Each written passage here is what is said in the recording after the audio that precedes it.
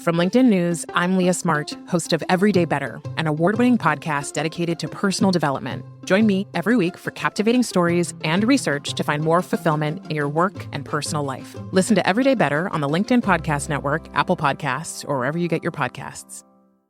The HP AI PC breaks language barriers instantly by translating up to 44 languages in real time, powered by the Intel Core Ultra processor. With the right tools, work doesn't have to feel like work. Learn more at hp.com/AI PC.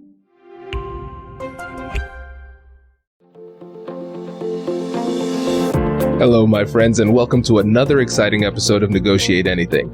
This show is produced by the American Negotiation Institute, and with over 5 million downloads and listeners in over 180 countries, listeners just like you have made this the #1 negotiation podcast in the world.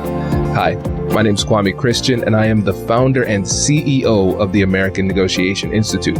Here at ANI, we believe that the best things in life are on the other side of difficult conversations, and we are passionate about providing you with the best content that will help you to make your difficult conversations easier, both at work and at home.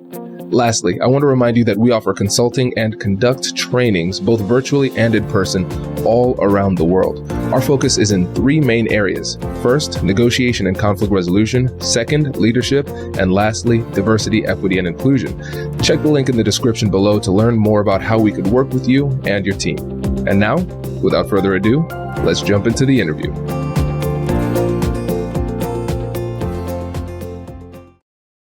Jamie, thank you for coming back to the Negotiate Anything podcast.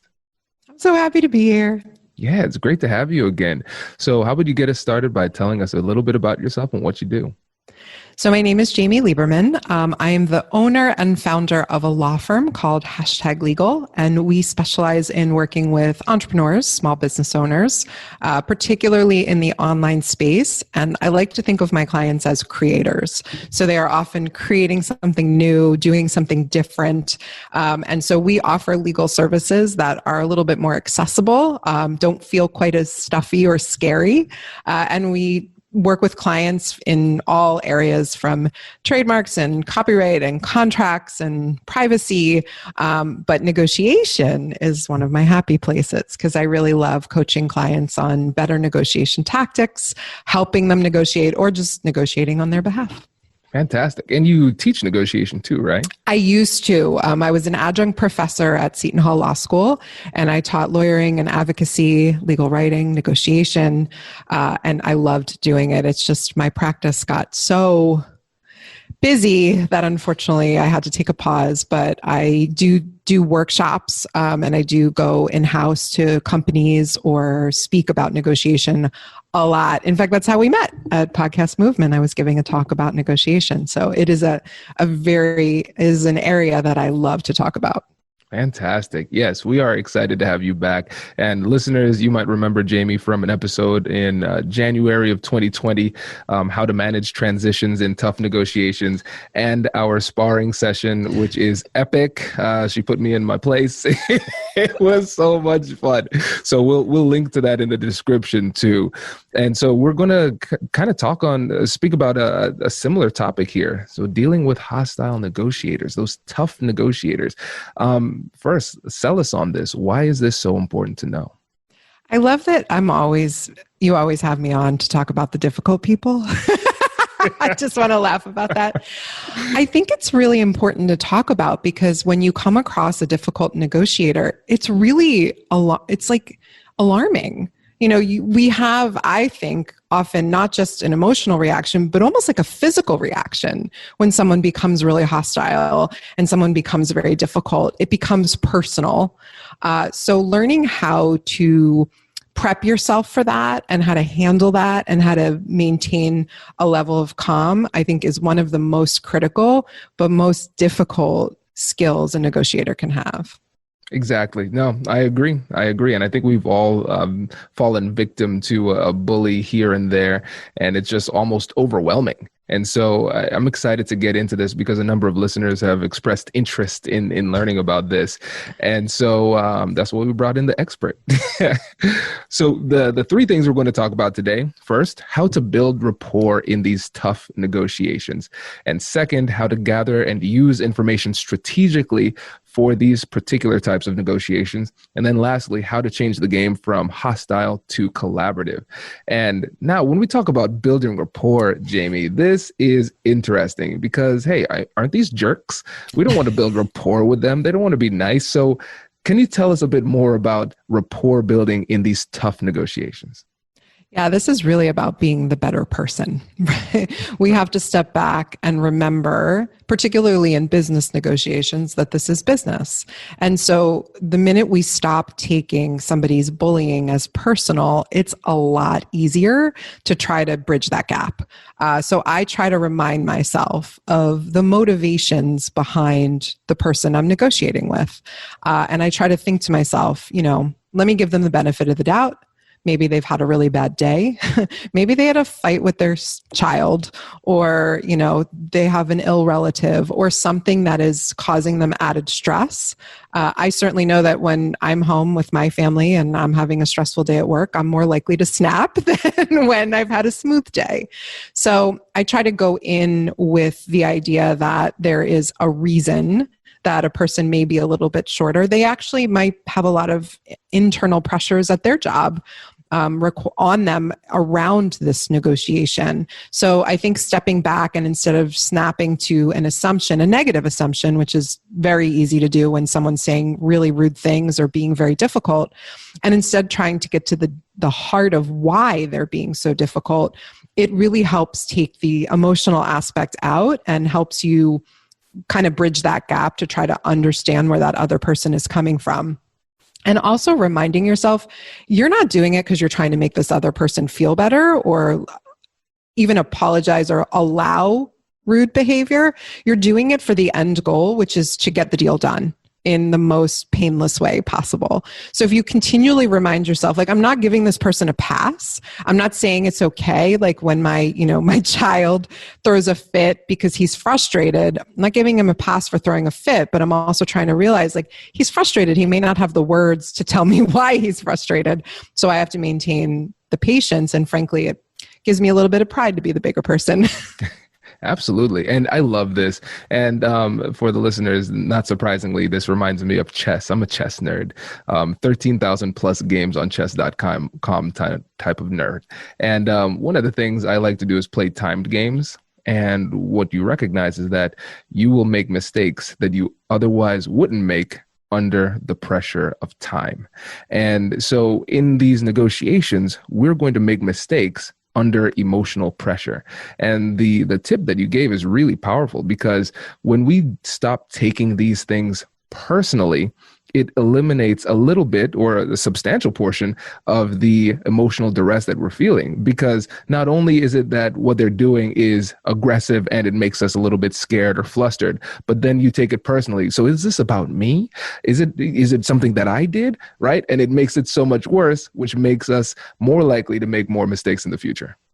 Totally agree. Yeah. When you can take that out, because I've certainly had the experiences, if I'm negotiating with a male counterpart where I've used to think to myself, oh, he wouldn't talk to another man that way.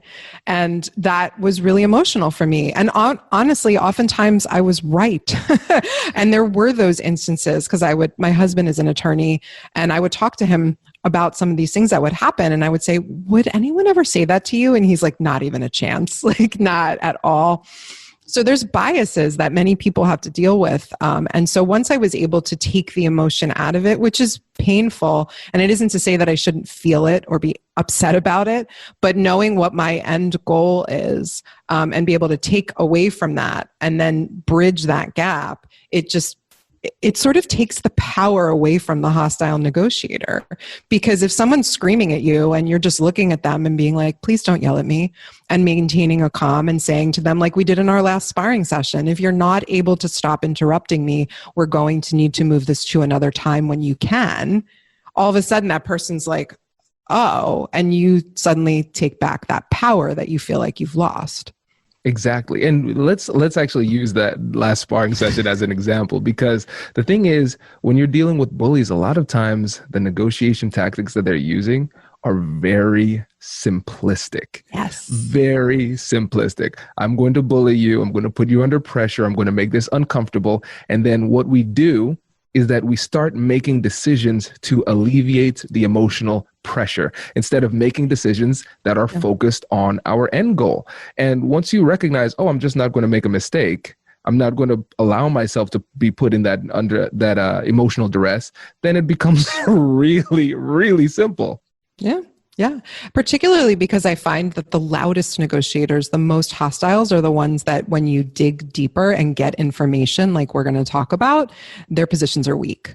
And I found that the individuals, particularly in the legal space, which is where, when things tend to get more adversarial, say I have a conflict, they become hostile and hold on to a position. And when you really try to dig and say, help, because what I often say is like, help me understand your position. Like, this is how I view the law, but I'd love to know how you view it, because I want to understand, maybe I'm wrong. Maybe I'm seeing it incorrectly. Maybe there's a hole you've seen. And so if they're just like, I'm not explaining it. Like I had someone say, I don't need to explain this to you. If you don't understand what it is, it's your problem. I'm like, okay, if you don't want to give me more information, then I'm going to go with my instincts, which is that I'm right. And I'm going to continue to advise my client in that way.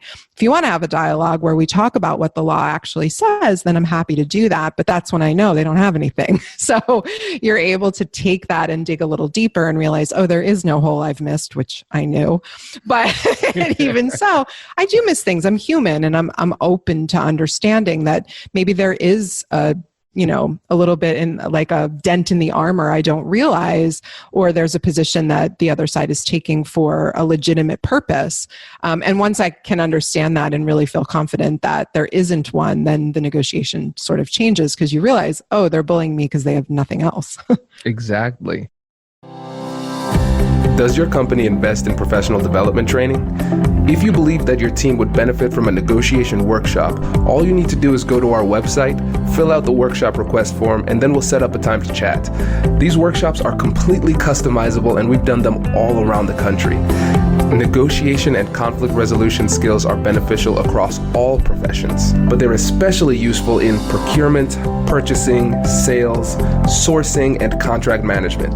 Our calendar is filling up quickly, and we even have some workshops scheduled for next year. If you think you might want one, I'd suggest reaching out soon so you don't miss out. Check out the link in the description to learn more, and we will be right back after this. Introducing the HP AI PC, your powerful AI assistant. Easily search through personal files, gain valuable insights, and make smarter, more informed business decisions. Unlock the future of work today with the HP AI PC, powered by the Intel Core Ultra processor. With the right tools, work doesn't have to feel like work. Learn more at hp.com/AIPC.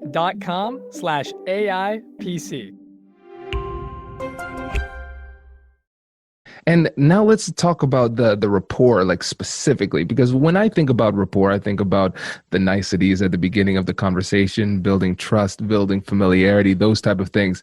Does it operate in the same way? And if not, what are the differences when we're dealing with somebody who's tough like this? Yeah, I mean, it's definitely maintaining a calm voice so that they ultimately will dial back any aggressive tone that they may have. That right there can change an entire conversation. Once somebody's voice goes from like yelling and very angry to just like, okay, let's talk, you suddenly are like, oh, I can take a breath. And also, I really find effective, help me understand. I want to hear what your client's position is. I want to hear what your position is. I'm here to listen. That can often allow people the space to talk, even if what they say is nonsense. But still, just saying, like how I say it all the time, like, help me understand where you guys are coming from. You know, we really want to make this work, but I'm just struggling to sell it to my client. I cannot begin to explain to them why we should agree to this because we're not seeing it. So help me understand it. And if I can, then maybe we can come to a place. And once you get somebody who's angry actually talking about substantive things, they tend to calm down a little bit if there's substance behind it. And like I said, if I can't get them to say that, then I already know and I can advise my client accordingly. So it really is just a matter of being able to get the person to stop being so defensive and stop being so rude or aggressive or whatever the case may be, and just let you hear their position, like, so you can actually have a real conversation. And sometimes you just have to be sort of the bigger person to do that. Absolutely. And for the listeners, you've heard me say this a ton of times: prepare, prepare, prepare. And so if you go to the website, americannegotiationinstitute.com/guide, you can get access to all of our negotiation guides: salary negotiation, business negotiation, conflict resolution, all of those different guides you can download. And when you practice and prepare and think ahead of what you're going to ask, what you're going to say, those type of things, then you're going to be less caught off guard when you're attacked in this way in these difficult conversations. And so, speaking of preparation, let's talk more about the second point, which is gathering and using information strategically. So what are some things we need to consider there? I love this question because research is everything in negotiation. And I know you and I have talked about this before. I mean, I will spend lots of time before I go into a negotiation just getting background information. I have a current issue going on where there's two companies that are currently fighting over a name, a trademark. And I didn't understand why the fight was happening. I didn't understand why one company did what they did. And then I saw some marketing materials from one of those and it clicked. I was like, that's why they picked it, because I understood now their larger marketing strategy. It sounds so silly because it has nothing to do with the law. It has nothing to do with whether or not one should be able to use it or not. But I understood now the other side's motivation for wanting to hold it so tight. And so now I'm not arguing or negotiating or even talking about the legal issues, but now I understand, oh, this is part of a bigger picture. So I want to be able to go back and say to them, let's see how we can keep your bigger picture while still maintaining my client's rights. Completely different. But it was just me doing some Google search and asking around and signing up for their mailing list and all of those things. It sounds so sort of universal, but I don't just need to understand the legal aspects of whether or not somebody can use a name or not use a name, but I need to understand what's going to motivate them to walk away from having that fight when the fight may not be black and white for either side. Or maybe it is. Sometimes it's completely black and white and a company is still holding on tight. Happens all the time where I'm like, you're dead wrong on the law. They're like, that's okay. We'll fight about it. We don't care. Yeah. So knowing those motivations, and those didn't even come from conversations. This is just me looking at how a company is presenting something, what it seems like their values are, who they are as a company, other people's experiences. Like I knew somebody who had some other dealings with I was in another issue, and on the other side, I knew one of my clients had some other dealings. So I just called her and generally said, hey, can you tell me a little bit about this company? And she's like, oh, here's X, Y, and Z. And she was happy to do the favor. And I got a whole bunch of information that I wouldn't have ever known ahead of time. So I knew going in what they were going to be like when I spoke to them.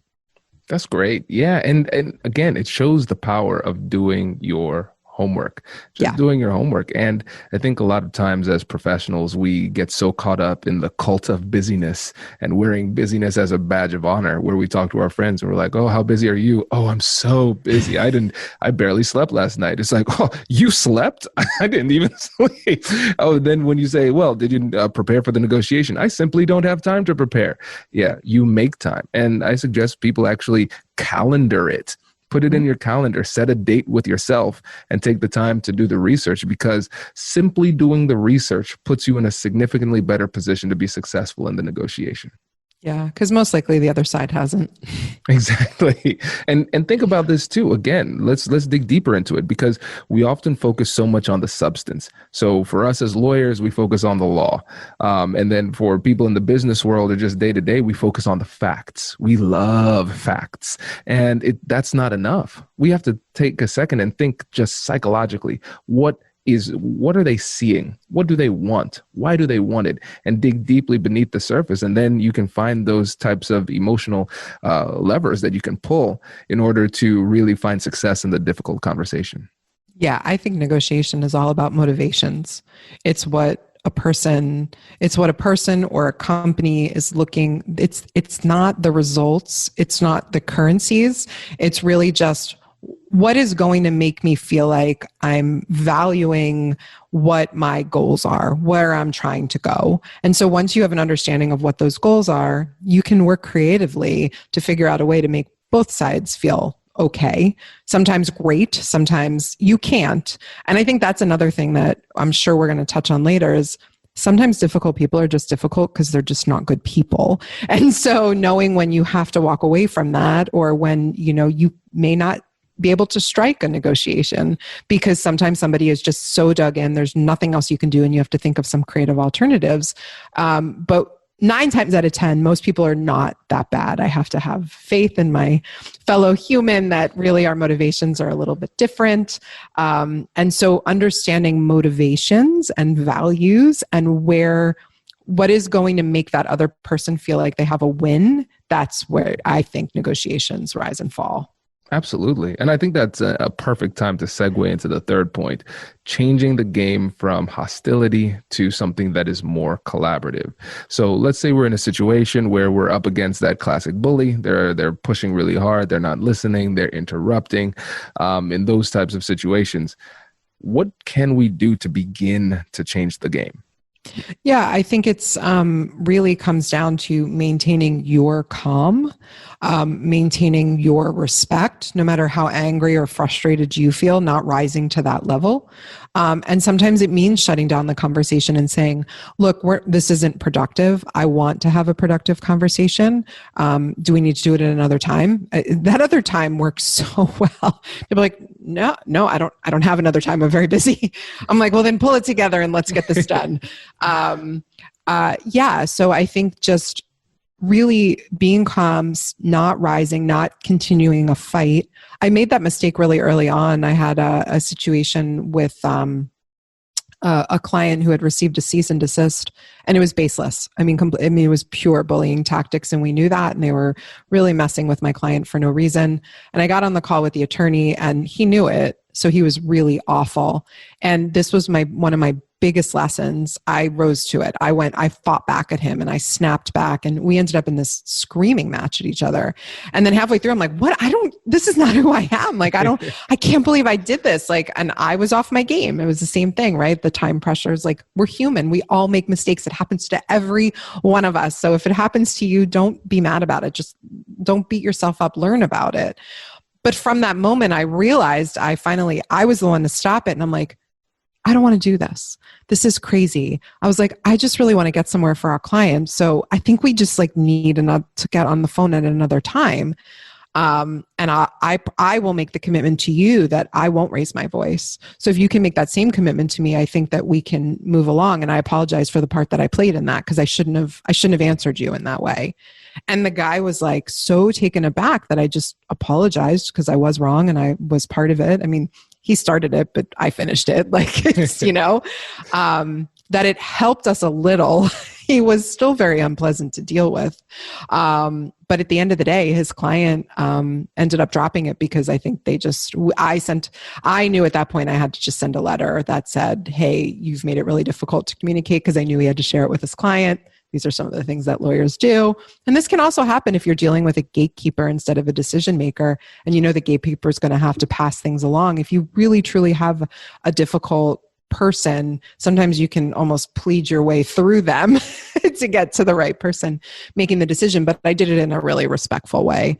So sometimes just taking a step back and apologizing if you've had a part of it, or asking them to stop nicely, or just saying, let's change the topic to something else, or finding a place where we can bridge that calmness. Eventually, it's true, people will not continue to scream at you if you're not screaming back. It just really does take the sails out of them. You just have to sort of take those punches in the beginning, which I think is really more of a mindset that, it stinks and you shouldn't have to, but if you want to continue the negotiation, sometimes you do, particularly if they're difficult. Exactly. And it makes me think back to my psychology undergrad degree and the word heuristics. So with heuristics, these are essentially scripts that we follow day to day, like the mental models that we have in our minds. And so humans, we're really great at pattern recognition. So there's a pattern. Okay, I'm going to follow this pattern. We know what we're supposed to do. If somebody yells at me, pattern is I yell back at them. Oh, they're yelling at me. Fantastic. It's a shouting match. We know what to do.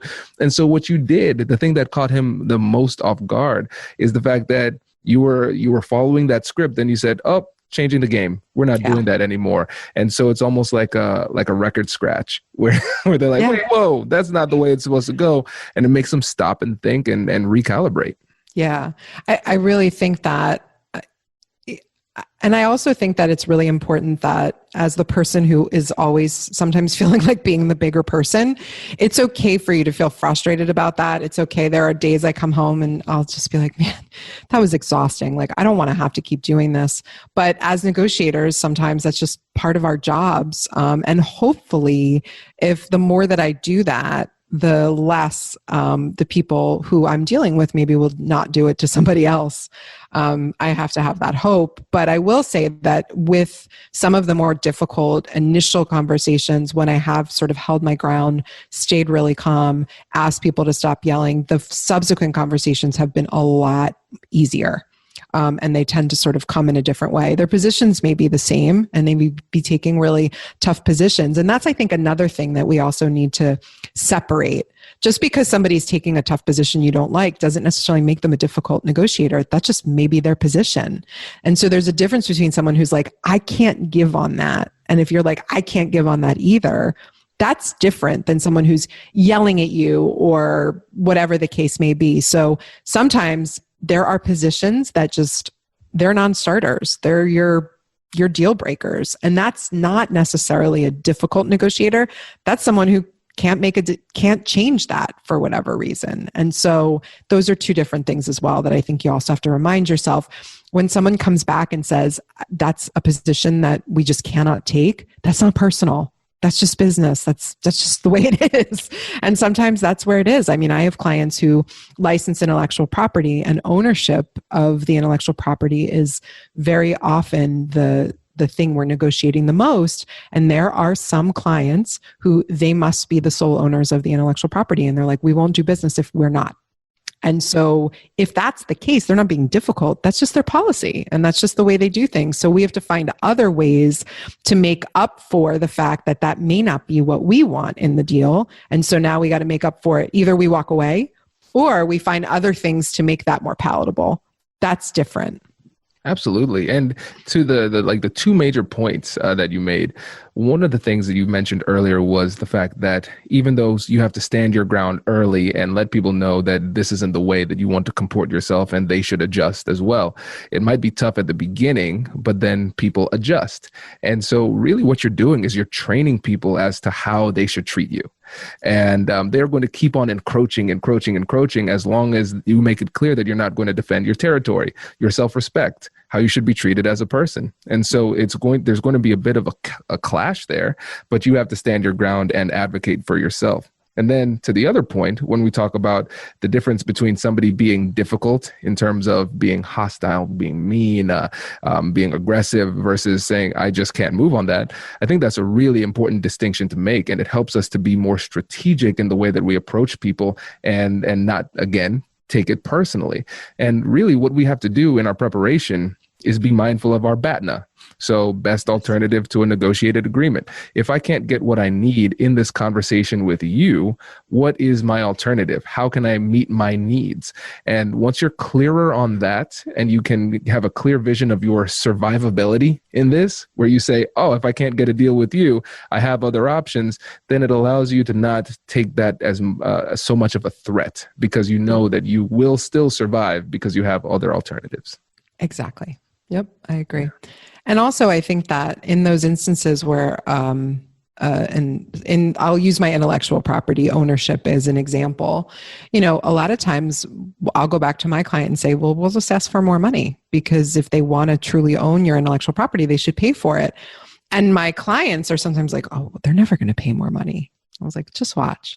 And 9 times out of 10, we'll come back and the other side is like, yeah, of course, we totally have the budget for that. So you'd be surprised at what you can get when you ask for it, particularly if there is there's one area that one party really can't give on, you might be able to get something else somewhere.